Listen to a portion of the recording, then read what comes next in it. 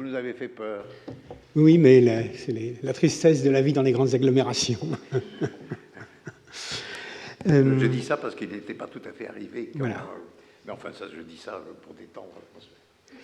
Merci donc de cette invitation. Merci Pierre de ce que vous venez de dire et merci aux organisateurs d'essayer de se poser cette question de ce que j'appellerais la physique et la métaphysique des œuvres qui, quelque part, interpellent tous les praticiens que nous sommes, que ce soit les archéologues sur le terrain, les conservateurs dans leurs musées, les chercheurs dans leurs laboratoires et, je dirais, en général, le public cultivé qui se pose la question de la traçabilité, de la lisibilité, de la pertinence des œuvres exposées dans leur rapport avec les collections qui les ont constituées.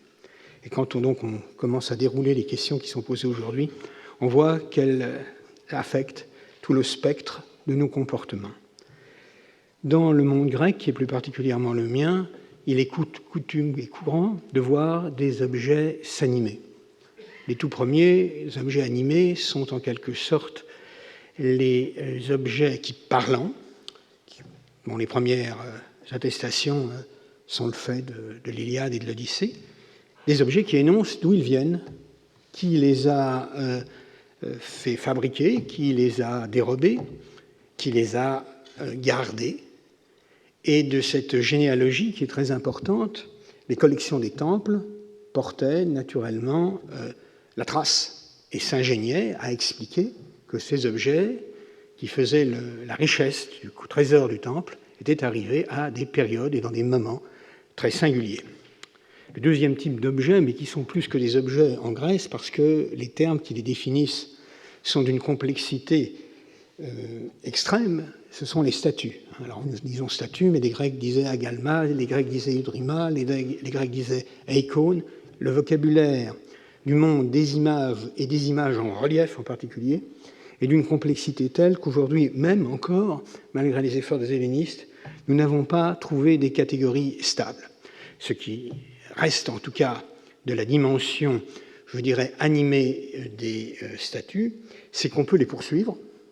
Si une statue tombe sur quelqu'un dans un temple, on peut engager une procédure.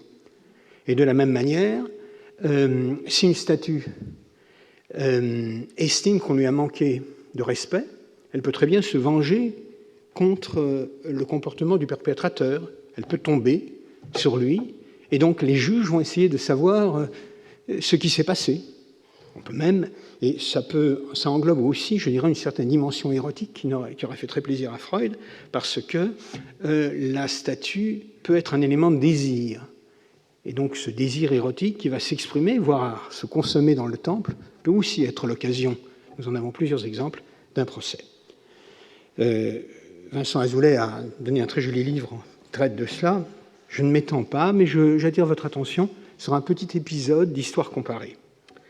Vous avez tous entendu parler des trépieds animés d'Héphaïstos, le dieu des intelligences mécaniques, dispose de trépieds, et ces trépieds, par le simple vouloir du dieu ou des gens auxquels il a donné délégation, peuvent se rendre utiles et les rejoindre.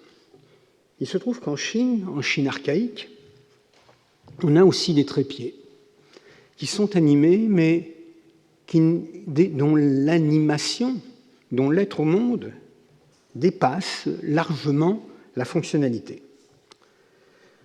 Dans un récit qui date du 7e siècle avant Jésus-Christ, on nous raconte un conflit entre deux États. Le roi d'un des États, Shu, et l'autre de Zhou, sont en quelque sorte interpellés par un conflit de frontières. Et l'un des rois envoie une délégation au second. Le roi de Zhou envoie une délégation au vicomte de Shu. Dès que l'ambassadeur se présente devant lui, le vicomte pose une étrange question. « Peux-tu me dire la taille et le poids des 9 tripodes ?» Qu'est-ce que sont les 9 tripodes ? Les 9 tripodes sont les symboles d'une certaine unité de la Chine qui remonte à la protohistoire, aux ancêtres Xia, et qui chacun, dans leur catégorie, incarne à la fois la diversité et l'unité de la culture chinoise. Les posséder, c'est posséder ce qu'il y a de plus rare, de plus fantastique de plus cher. L'ambassadeur comprend tout de suite pourquoi on lui pose cette question. Il répond: les tripodes n'ont pas d'importance, c'est la vertu qui importe.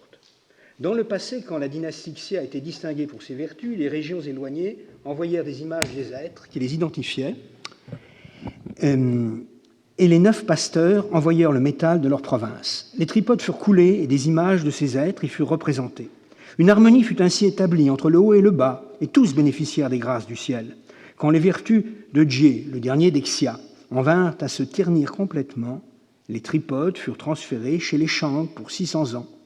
Zhou, le premier roi des Shang, se révéla cruel et intolérant, et ils furent transférés chez les Zhou.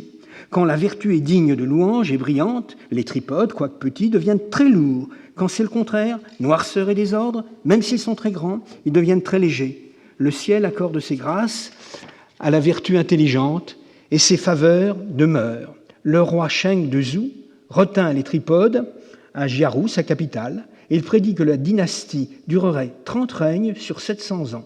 Quoique la vertu de Zhou ait décliné, les décrets du ciel ne sont pas encore changés, on ne doit pas poser la question sur le poids des tripodes. Parce que si on pose la question sur le poids des tripodes, eh bien, on met en cause, je dirais, la structure même du pouvoir.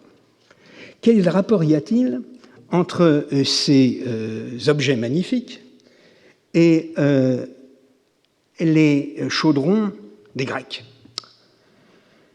Les 9 tripodes incarnent la vertu maximum, matérialisée par leur capacité à se refuser à un pouvoir cruel ou intolérant.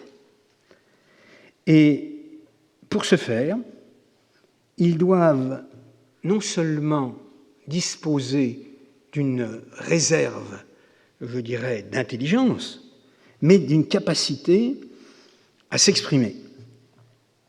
Fasse que les chaudrons, quand ils seront terminés, aient un corps carré et 4 pieds. Fasse qu'ils puissent bouillir sans petit bois, qu'ils puissent se cacher sans qu'on les déplace, et qu'ils se meuvent sans qu'on les porte, en sorte qu'ils puissent être utilisés pour le sacrifice. Donc non seulement les chaudrons ont un vouloir, mais les chaudrons sont capables de performances qui en font des objets quasi animés. Que dit le grand Héphaïstos de ces chaudrons à lui?